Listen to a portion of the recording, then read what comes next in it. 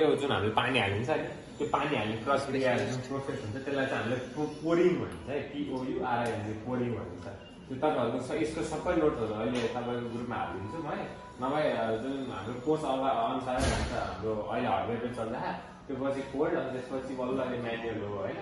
अब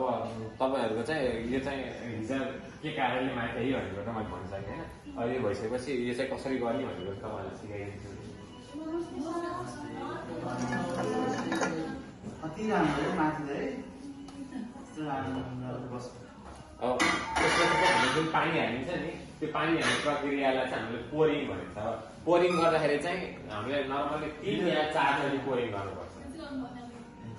3 या 4 चोटि पोरिङ गर्नुपर्छ होइन त्यो कसरी सुरुमा चाहिँ फर्स्ट पोरिङ भन्छ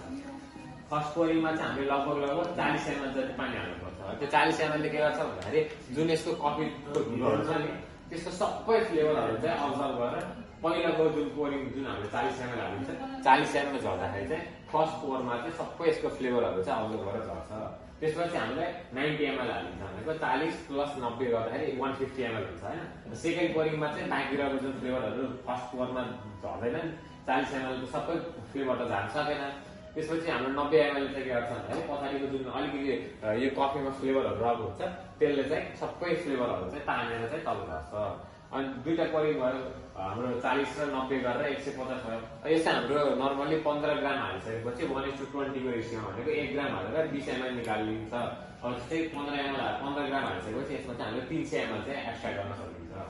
अब 300 ml मा 90 + 40 गरेर 150 यतातिर भयो अब थर्ड पोरिङमा चाहिँ हामीले अझै 150 हाल्नु पर्यो भनेको 40 90 150 यो चाहिँ कुरो तपाईँलाई ध्यान दिनुपर्छ है कति ml हाल्ने भनेको अब ट्याक्कै 40 भनेर ट्याक्कै 40 नि अब नर्मली